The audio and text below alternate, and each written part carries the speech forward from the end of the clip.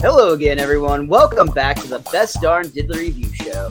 This is a weekly podcast for anyone who loves The Simpsons or ever has loved The Simpsons, hosted by two dudes that grew up on The Simpsons. My name is Miles, better known as Mr. Most Days Off, and today we are going to bring you a half-decent podcast about half-decent proposal. And of course, when I say we, as always, I'm referring to your co-host with the most, Richie the Whiz Kid. How you doing today, Rich? I'm doing good. I'm on the edge of my seat waiting for you to tease us doing another Best Darn Everything, as that has become the new tradition in season 13 of The Simpsons. So I'm waiting with bated breath. But I'm doing well, Miles. Thank you for asking. I am unsure how I feel about this episode on the hierarchy of this season. I feel like there's stuff that I very much enjoyed about this, and then there's some stuff that to me just kind of felt a little bit off on this one, if I'm going to be honest with you. But that's okay. As I say every week now, since season 13 started, it's what we're here to do is talk about it. So let me go ahead and throw it back to you. The man, the myth, he's got the scoots. It's Miles.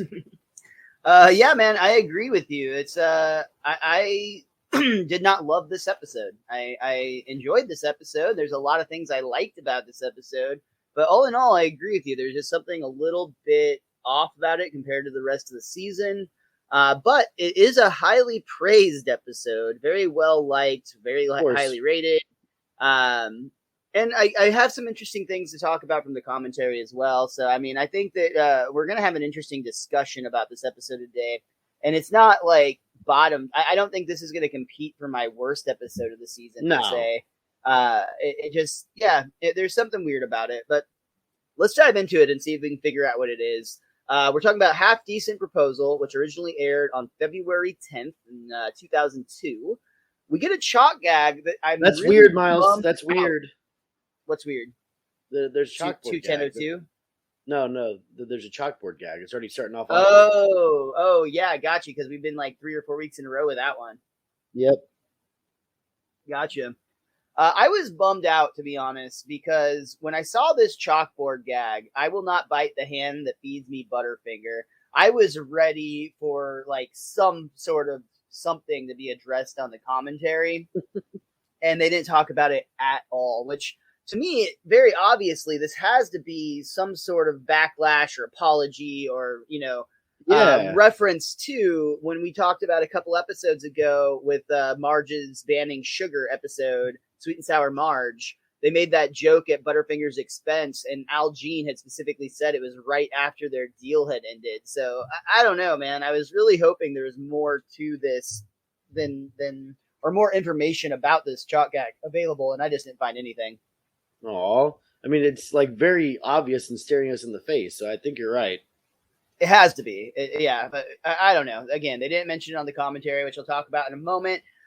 They did have a couch gag, which was a very simple one. The Simpsons run into the living room just as their couch is being repossessed.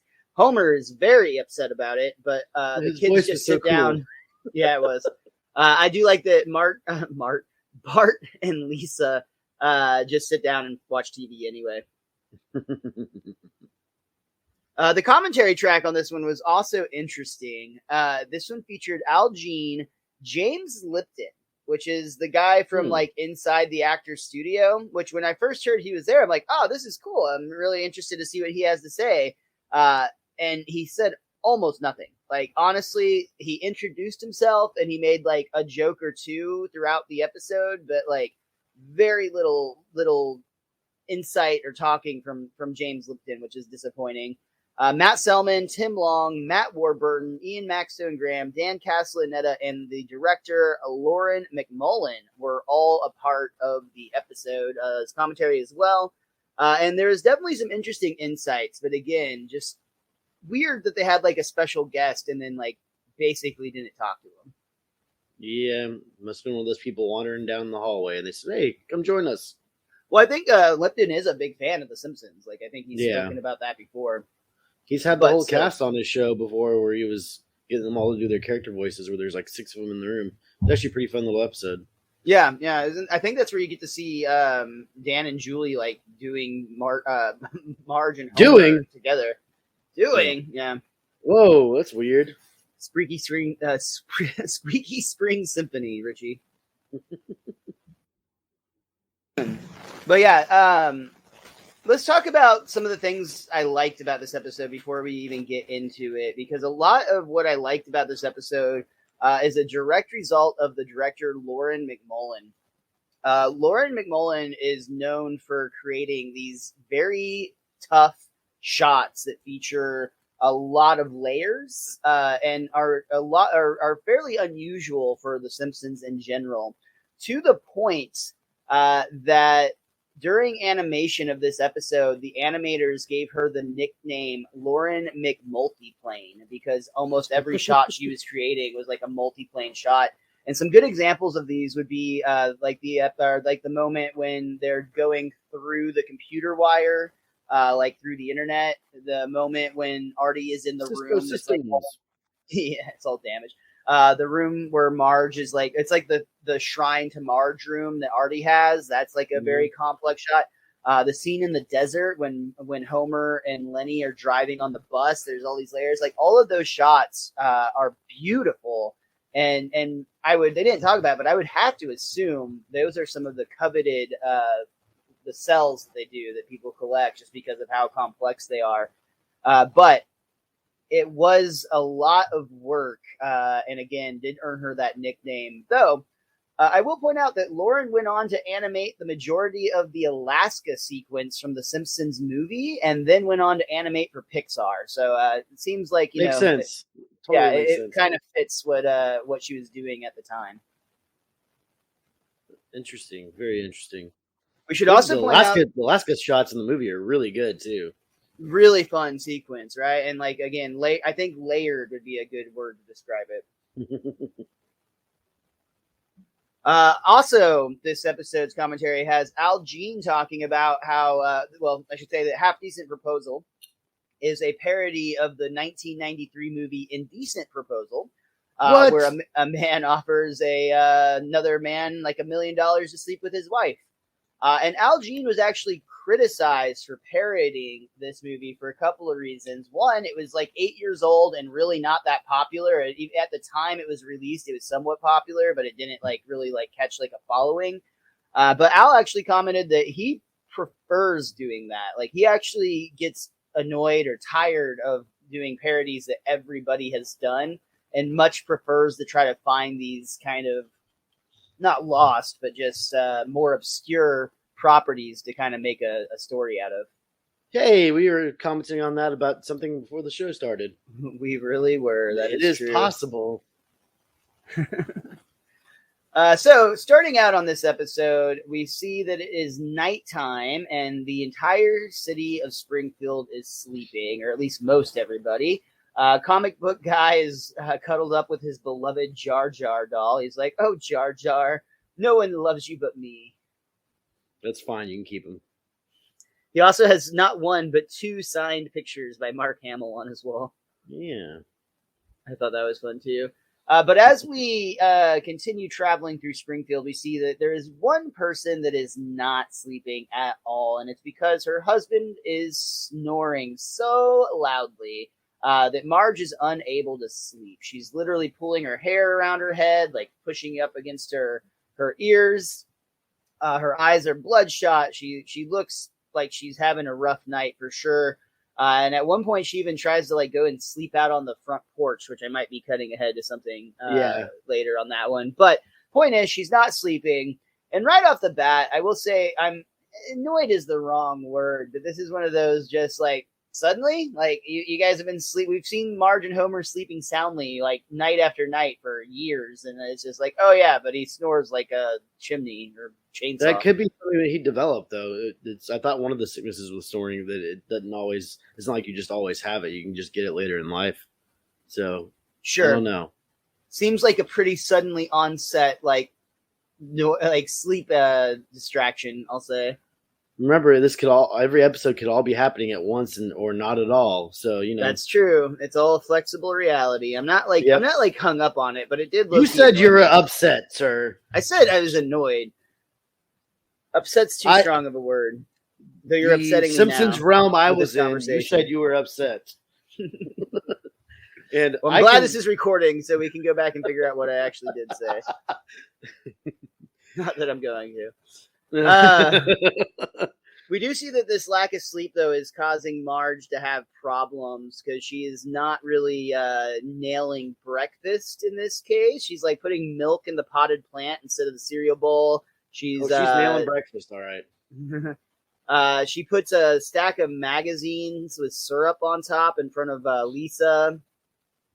It's very obvious that something's wrong, and Bart's into it, though. He's like, cool, Mom's on drugs. If we turn her in, we can get a form letter from Dick Cheney. And then Lisa's the one that points out that she thinks that, Mom's not sleeping because of Homer snoring, because I'm sure if Homer's snoring loudly, the kids can hear it through the walls, too. Yeah, it's probably true. If Marge is getting the worst of it, but I'm sure that the kids are aware of it.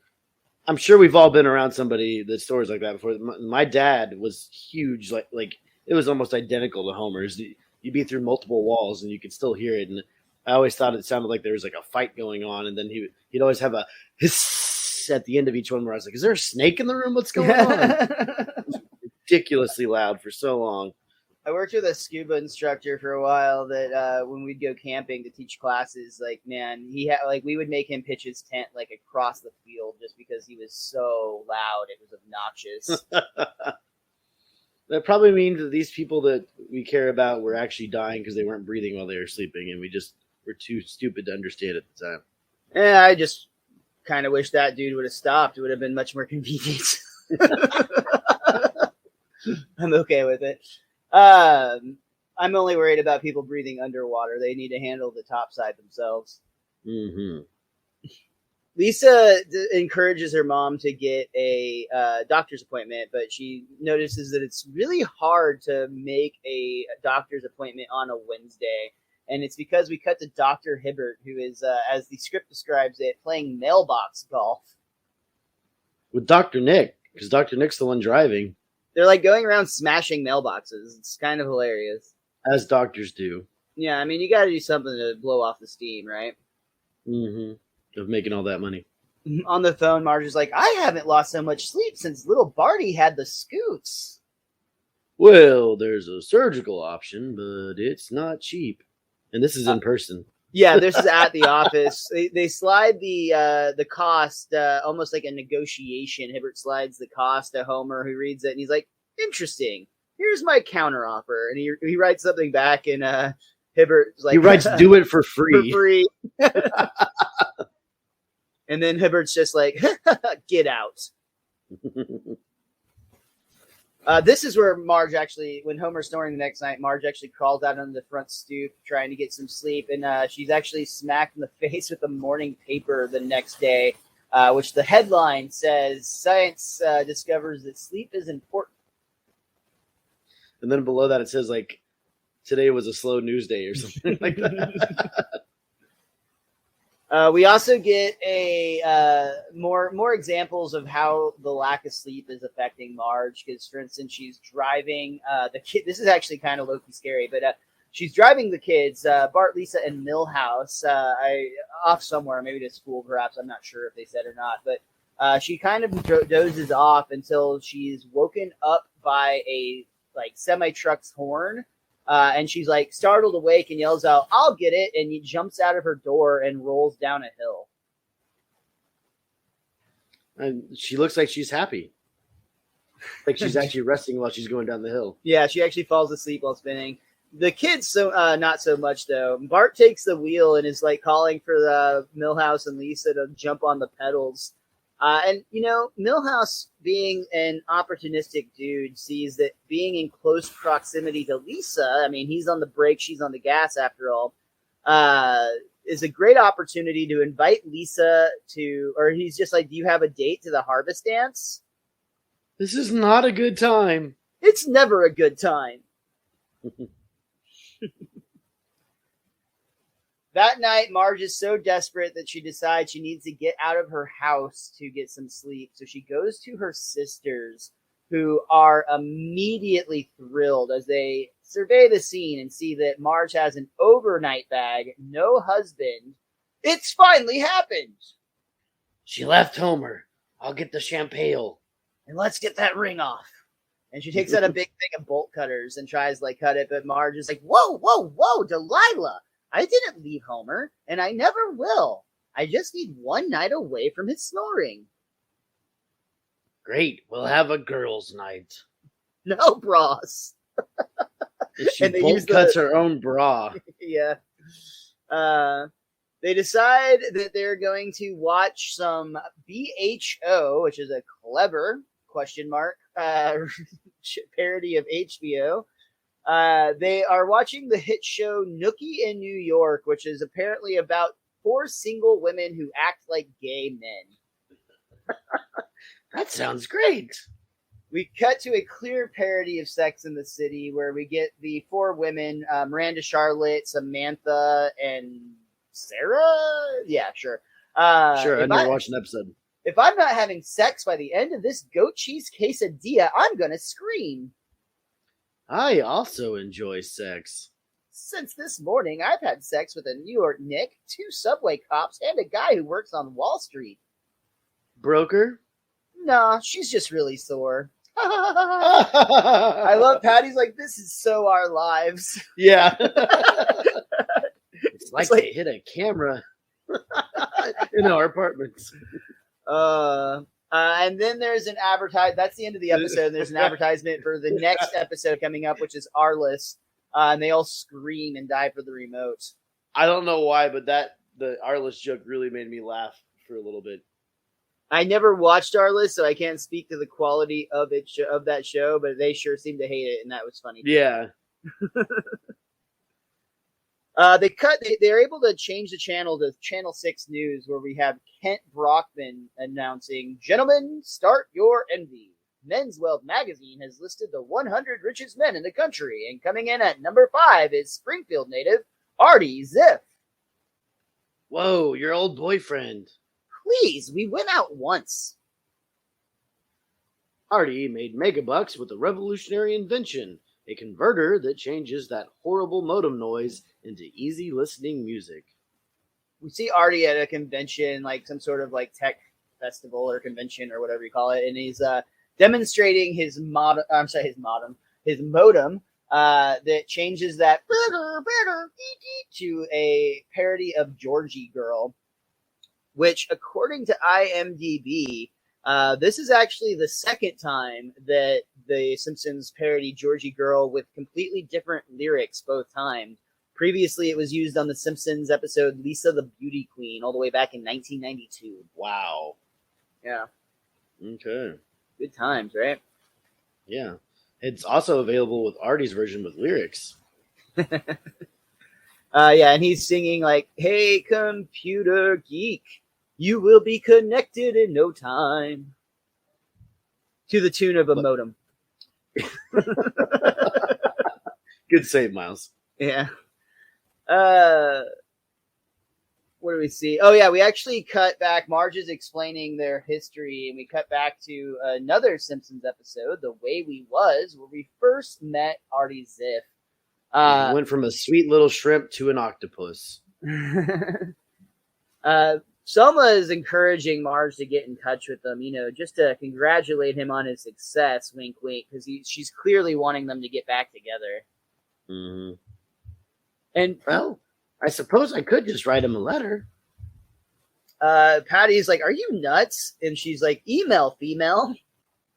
It's still in that I forgot what the name of the show was. It's still in that vibe. Yeah, for sure. So Selma takes the keyboard and is like, "You just tell me what to say and I'll type it out." So Marge is like, "Okay, hold on to your hats." And she's like sipping. No, and they're very she's much, like, "Hold on to your hats." Like it's going to be something scandalous. Something big, yeah. And they're still very much in like Six in the City mode, like you said. "Dear Artie." "Dear Hottie. Congratulations on your recent TV appearance. I want to sex you up. Your love slave, Marge." You can't use the word sex on the internet. Watch me. And this is where we get that shot I mentioned earlier. It's actually a really fun shot. Like, we go through the computer into a series of wires, into a Cisco server, and then back into the internet, essentially. And we end up at Artie Ziff's computer, which, by the way, we should mention that Artie Ziff is once again voiced by John Lovitz. And John Lovitz was on the last commentary track for The Way We was a really fun time. And they did tell some good John Lovitz stories on this one. But most of them are just about how he's so entertaining. It's almost difficult to work with him, but like in a good way. But like, it's just like you're constantly laughing.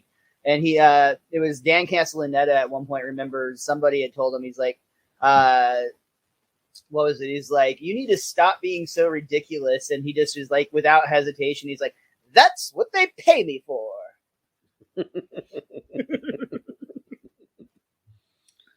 All right, and he's done other voices other than Artie Ziff, as everyone should know if you've gone along this far on our show before too. So that's another reason that like I'm always glad to have him back, and it almost makes you expect a little bit more in this episode. Honestly, I agree.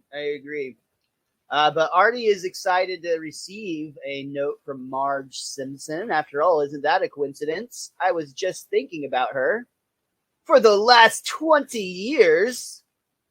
And that's where it pans out. And Miles referenced the scenery earlier, where you can see all this whole like homage to Marge and all these collages of Marge and just Marge everywhere, all different shapes, forms, paintings, sizes, sculptures, paper mache, all of it. It's all Marge themed, and it's like literally his office. So it's super creepy.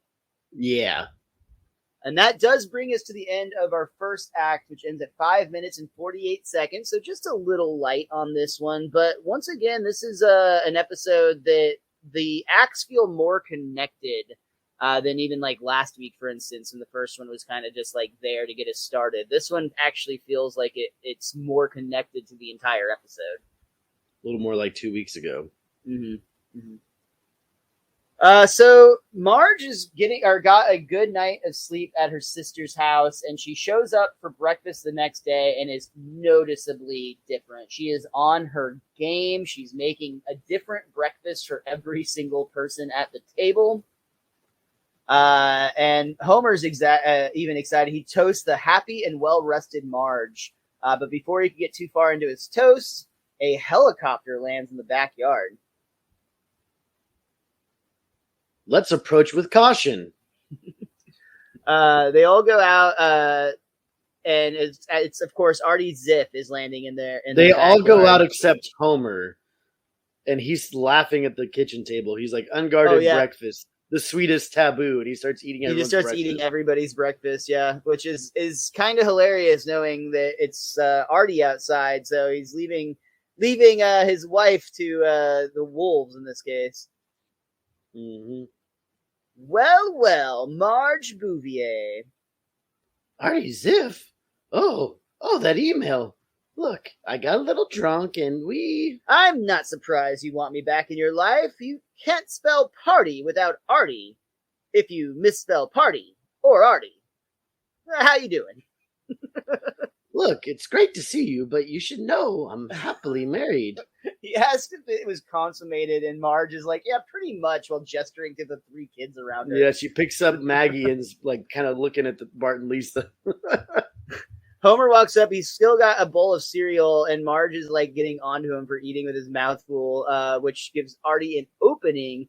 He invites the family to come have a sail on his ship, the Pacific Prince. Why not? Homer's upset, though. He's like, split it, money bags. Yes, I do have everything. Yet I often wonder what life with Marge would have been like. Oh, it's like being married to my best friend. And he lets me feel his boobs. Homie.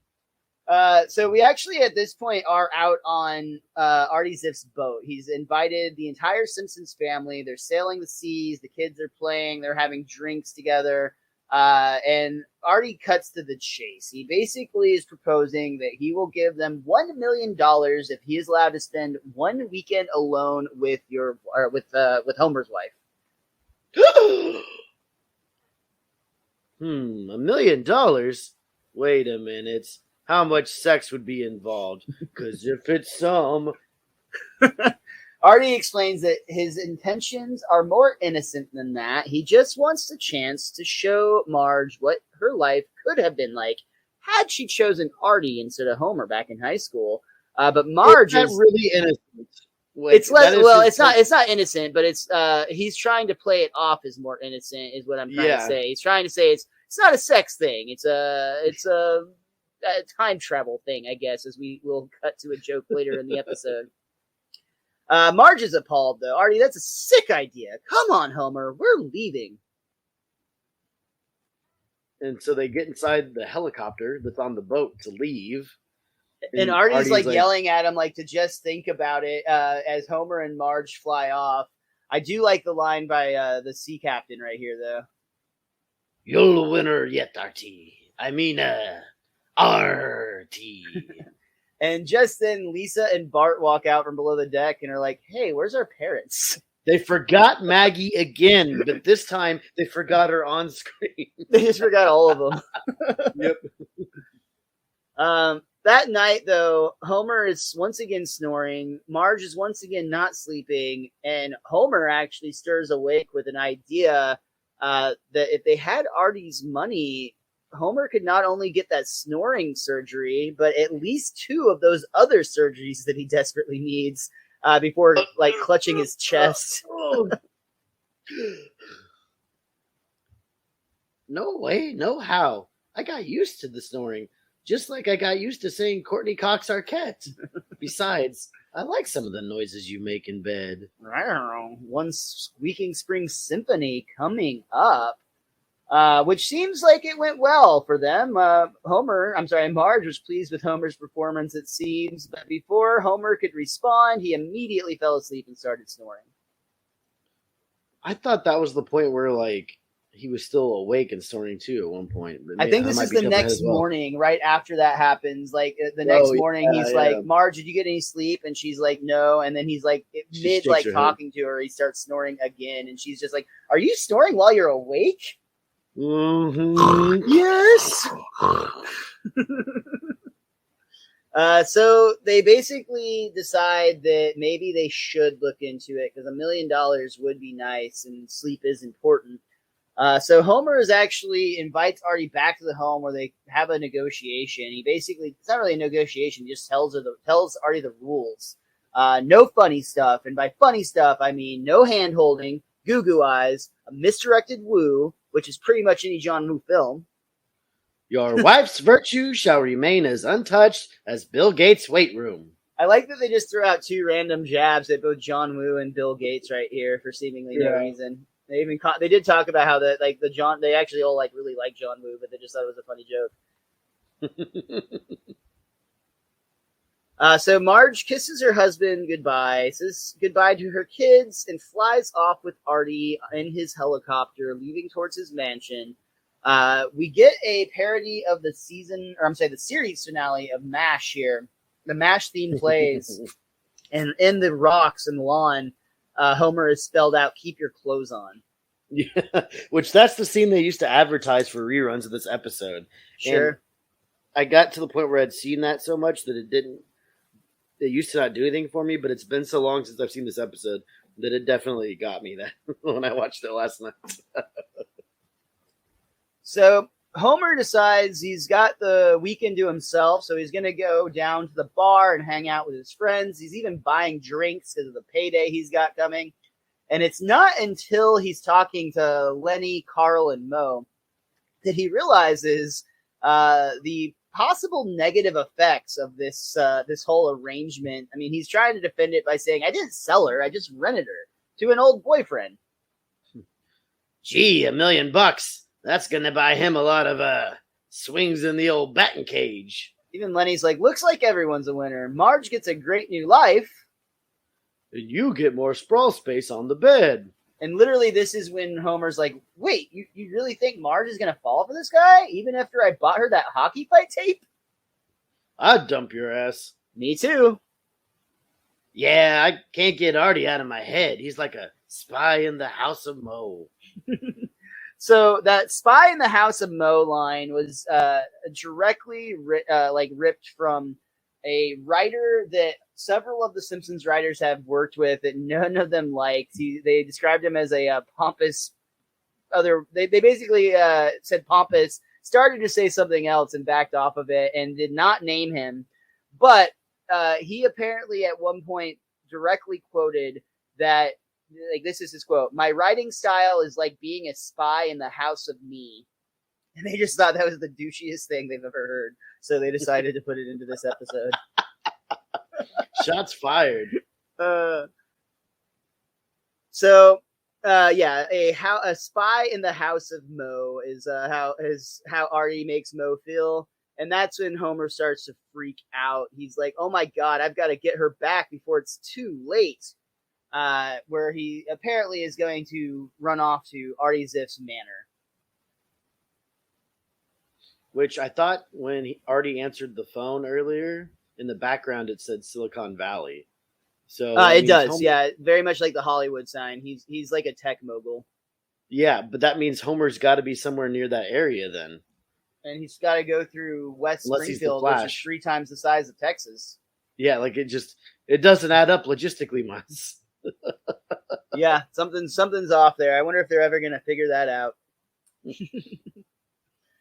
We find out that Ziff's plan is to recreate their prom night. He has literally everybody in Springfield. He's paying them to pretend it's the 70s. He has a freaking guest mansion. Like, are you kidding me? He's got a lot of money. Yeah. Mm-hmm. But yeah, he's recreated their senior prom, which we know from The Way We Was is where he basically blew his shot in the past. After Homer had blew his shot in the past. Eventually we'll have episodes in the future, other episodes with Artie where he loses all his money or he's broke and he doesn't necessarily lose his things, but he'll be a little bit harder on his luck in the future. Yeah, that's true. We got those to look forward to, which honestly, I'm not as familiar with those episodes. I do remember watching this one, at least. I'm not sure if I watched it when it like aired, but I watched it back in high school or, in that time period. So this one I've seen before I had the DVDs. I think if I remember correctly, Homer ends up winning Artie's company in like a poker game or something, but then Artie's company is under investigation by like the FBI or the CIA or something, and it falls on Homer. The discrepancies fall on Homer since he's the new owner of the company. Yeah, that seems like a great Simpsons plot. Sounds fun. Mm-hmm. But yeah, Artie has literally just made everything like the night that it was their prom, and he says, "Come, dear, we can dance." I'm sorry, many years ago, I took a groovy night and turned it into a complete bummer.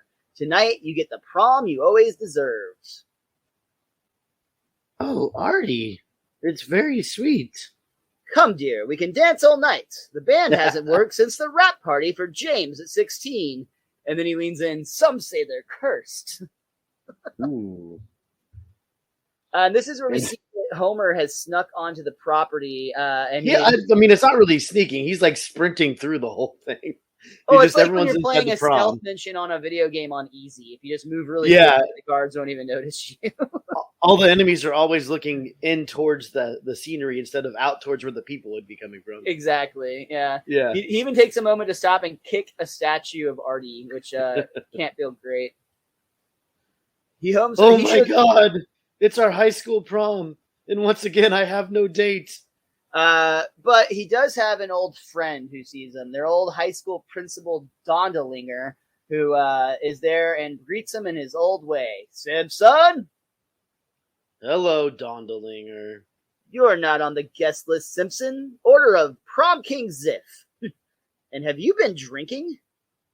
Just for 25 years. I love that line. I love that line and the that means he was 14 line. when he started drinking. Yeah, it makes sense. Mm-hmm. Yeah. It tracks. But yeah, they Donnellinger drags Homer away and won't let him into the dance. He's obviously the one guard that's paying attention. Marge is actually moved by this gesture, but explains to Artie that nothing could make her forget about her husband. And Artie is understanding, but asks if maybe he could just have one innocent peck on the cheek. Okay. But of course, when Artie begins to lean in, he does not go for the peck on the cheek. He grabs her and kisses her in a very assaulting manner, just as Homer has climbed the roof and is peeking in through the sunlight, basically the window on top. And from Homer's perspective, it just kind of looks like they're making out. Mm-hmm. Oh no! If Marge marries Artie, I'll never be born. I love that Back to the Future joke a lot. Yeah. It brings us to the end of our second act, which ends at 13 minutes and 7 seconds. So it's like this one's pace where it's like the first act is shortest, second act's a little longer, and the third act's going to be the longest of the three, which makes sense based on this story. We open with Act 3 with Marge breaking free from Artie, who, again, was basically just not even basically, he was just assaulting her. And Marge is upset. I knew this weekend was just an excuse to get in my mouth. Ooh. Keep your money. I'm going home. And as off-putting as Artie's moves were before this moment, Artie's moves after this moment are even more off-putting because he wants everybody to keep dancing. And haven't you ever danced before? Dance! And he starts doing all these mini break dancing moves, which was kind of comical to watch. It's very cringe, though. It's funny to watch, but it's in real life, this would be so cringe. And it's actually somewhat believable, just somebody who's having a freak out like that. Yeah. And it makes it even funnier that the band has stopped playing. So he's doing this to no music. Well, then Wickham's like, somebody's going to be tired tonight. But before Marge was able to break free, Homer had already left. So he only saw the part where he thought that Marge was kissing Artie. He didn't see the part where Marge was actually fighting to get away from Artie. And he's back in Springfield, and he's upset because he's just watched his wife kissing a superior man. And that's a fine line there, because you got to pick the right moment for Homer to leave. Because if he sees Marge even fighting back for a split second, then Homer goes apeshit on Artie at that point, right? Yeah, exactly. It's a fine. It's that classic misunderstanding spot where if you go too far, it would just turn into a fight. Yep. Yeah, well, if it makes you feel any better, he's probably doing it right now. God, no. But Homer literally starts. Oh yeah, make me the bad guy. My life here is over. Lenny, how'd you like to leave town with me and never come back? Sounds like a plan. Then it's settled. We leave Springfield forever. They walk out of the bar because it's just Homer and Lenny at the bar at this moment. And Lenny's just the whole time you're like, "Where's Carl?" Something must have happened with Carl, right? And literally, as Lenny and Carl walk out the front door, Carl walks out of the bathroom. He's like, "What'd I miss? Anything good?" He meant when Homer and Lenny walk out the bar. Yeah, Carl walks out of the bathroom. There's not two Carls. No, that's the real twist of this episode, is we find out there's actually two Carls. Yeah, no, you're right. It was Homer's actually been Carl the whole time. Homer leave. Carl comes out of the bathroom, and he's just very confused.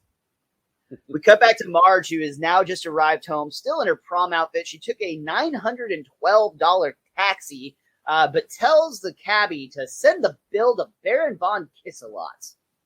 No problemo. We cut to a castle where we see Bavarian castle. We see Air Baron receiving a taxi bill, and it's a dude that he's dressed up like a baron or a king or royalty of some sort. He's in a German accent, and it's like, okay, who's the wise guy? He's got these big puffy lips because he's been. He looks like a guy named Von Kiss-a-Lot. Yeah. Marge discovers that Homer has left a videotape on the bed, and when she plays it, it is from Homer, who announces, "Marge, if you're watching this, it means I figured out how to work the camera." Last night, I crashed a certain fake prom. That's right, Artie Ziff's fake prom. Homer was there? I saw something terrible, and I can't even say it. So I'll have these 2 dolls do it for me. And he holds up like 2 of, I'm assuming, Maggie's dolls and is like acting it out in falsetto. Kiss One of me, them's Artie. the Funzo doll from the Christmas episode. You're right, yeah. Kiss me, Artie. With pleasure. Homer's a big jerk. I like how both the voices of the dolls are Marge. But I can explain. I'm leaving you, Marge. The next time you see my name will be in the hobo obituaries. Don't worry about the kids. I'll drop them off with Patty and Selma. Screw that, Patty and Selma. Bart's not having it. Just run the camera, you little...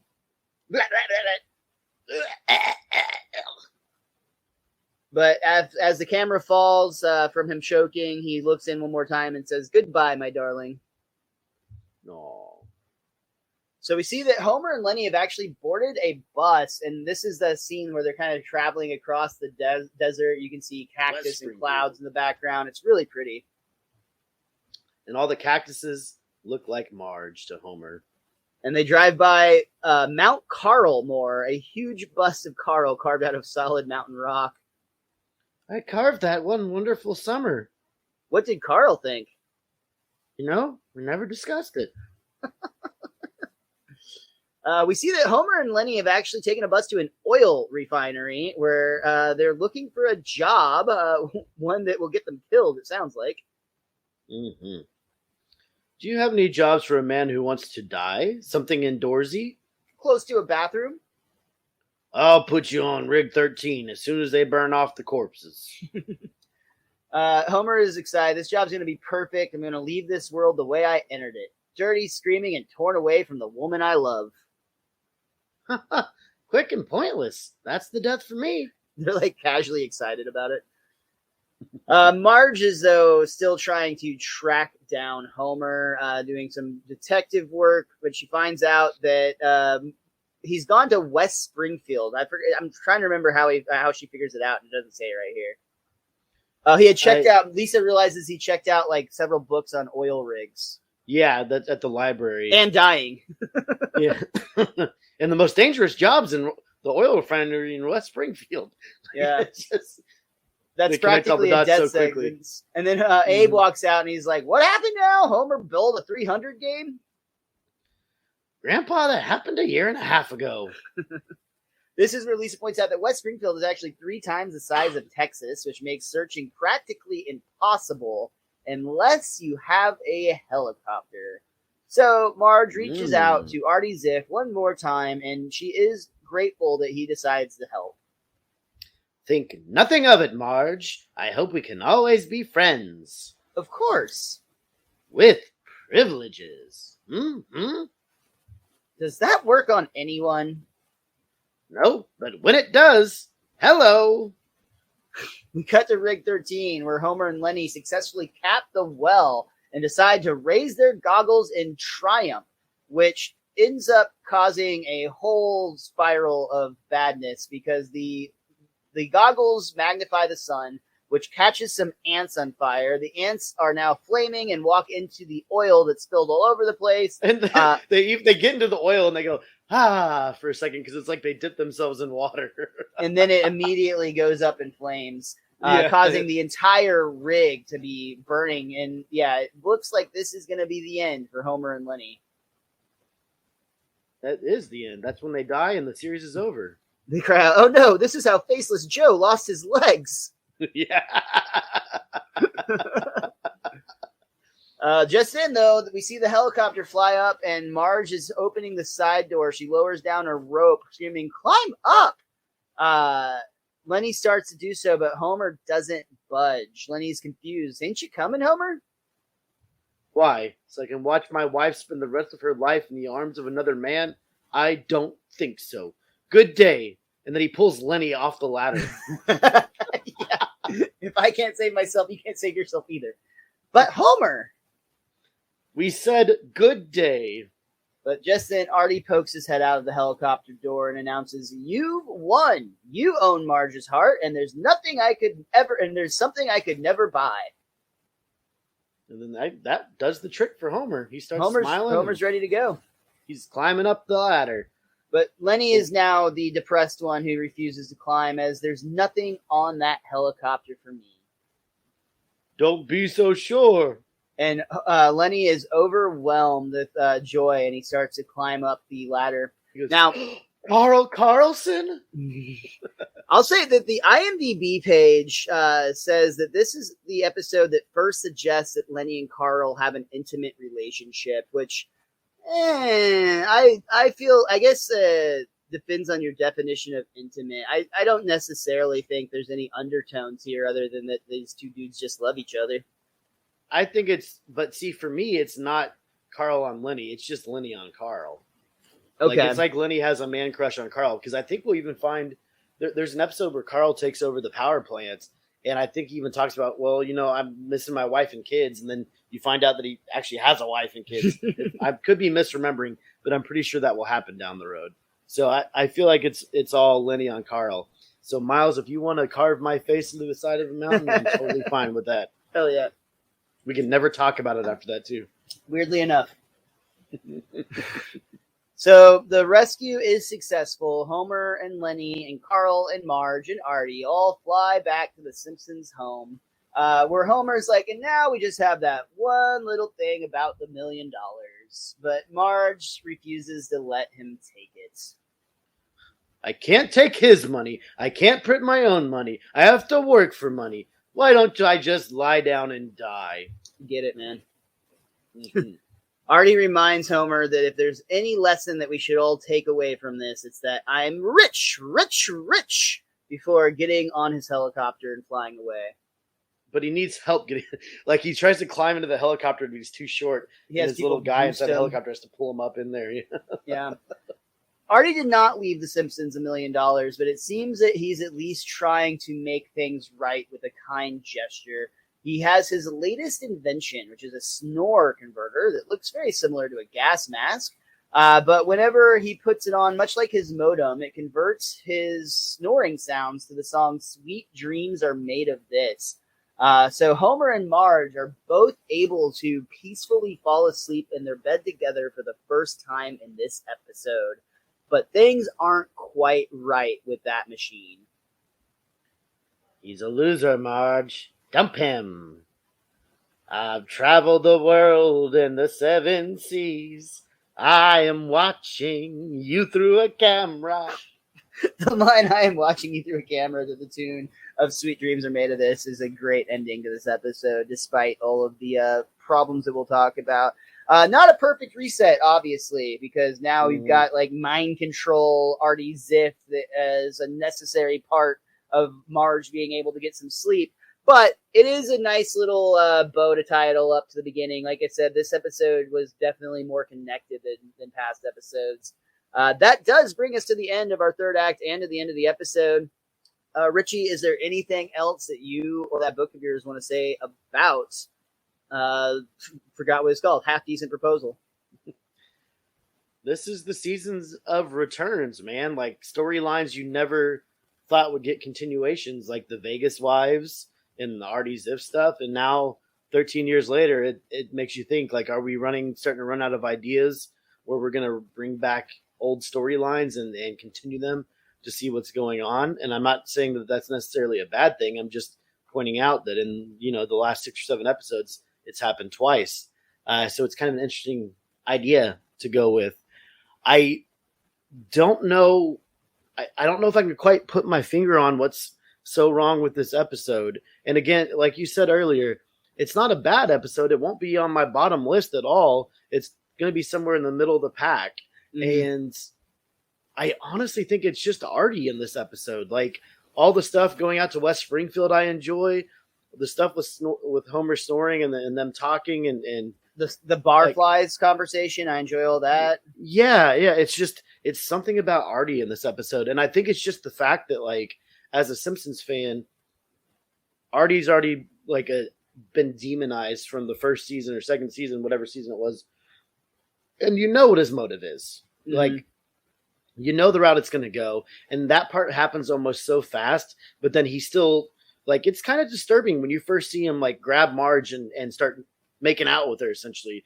and it just kind of rubs you the wrong way a little bit. Again, I mean, this was made in 2002, and that was casually accepted on TV, but that is absolutely sexual assault. I mean, that's but even back when it like originally aired, like it still felt so wrong, which is a good point, a good job by the animators. Mm-hmm. But I almost feel like the Simpsons are the sacred ones in this show, and like you did something that could disrupt the balance of Homer and Marge, and like that is very upsetting to viewers. It's like, oops.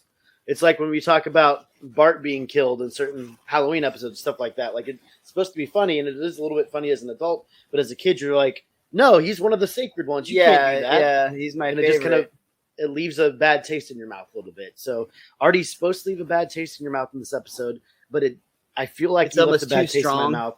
Yeah, like more than what they intended. Sure. I didn't really think I had I didn't really put my finger on this until you said mentioned the Vegas wives coming back a moment ago. I think I agree with what you said about Artie, but I think additionally to that, this feels like they've just gone back to the like will they won't they Marge and Homer breakup thing. It feels like they've done that a lot, and like even as recently as Brawl in the Family, where the Vegas wives go back and Marge like kicks Homer out of bed or whatever. Like I'm not saying felt terrible. Like you understood why Marge was doing it in that one. Oh, like, I agree. But my point is that it just feels like it's like, okay, we just went through this major split with the Simpsons, like with Marge and Homer, where they put a lot of tension on their relationship and they overcame it and got back together. And it just feels like this happened a little bit too soon, too quickly to that episode. That they're once again trying to give the idea that they might not reconnect, which we know they're going to. And I'm not saying that you can't do that idea in the future, just maybe too many times this season. Yeah, I got that. I totally get what you're saying there. We're basically on the same page on that one. But a lot to like about this episode. Again, the animation is top notch. I enjoy all the stuff with Lenny and Carl and Lenny and Homer. There's a lot to love here in this episode, but there is just something that inherently doesn't sit quite right, which is why I'm once again surprised this has a 7.3 rating on IMDb, which puts it as tied for second place in terms of like the episodes that we've watched so far, which I do not agree with at all. Interesting. It's usually we're pretty simpatico with the IMDb ratings, but this season it's all over the place. We've been way off on like all of them. Yeah, it's interesting, and that might just be the longer it goes, the more differences in opinions we're going to get. There's going to be we just have good taste, Miles. Everyone else that's sucks. It too. Yeah, I do think there's something to the idea that there's going to be people that inherently are like, season 13, this episode sucks, without even giving it a try. And then obviously everything is taste. Maybe some people just like John Lovett so much that they boost this rating or they're like, oh, it's Artie Ziff. Yeah, here we go. Exactly, but yeah. Anyway, that's going to do it for this week's Best Darn Diddly. As always, we appreciate you guys tuning in each and every week with us. Make sure you follow Richie at @thewiz_kid23, and you can follow me at Mr. Most Days Off. If you go on my Twitter, I actually retweeted something Miles sent the other day. So, my account's still active. But most importantly, more important than my retweet, you can follow our show. That's at Best Darn Diddly. That is DIDDLY. Richie and I will be back again with What the Bart Wants is What It Wants, or possibly a BDE, since I'm obligated to tease that every week now. And as always, we know what you guys are going to be doing. You'll be watching us through a camera. Until next time, be cromulent to each other.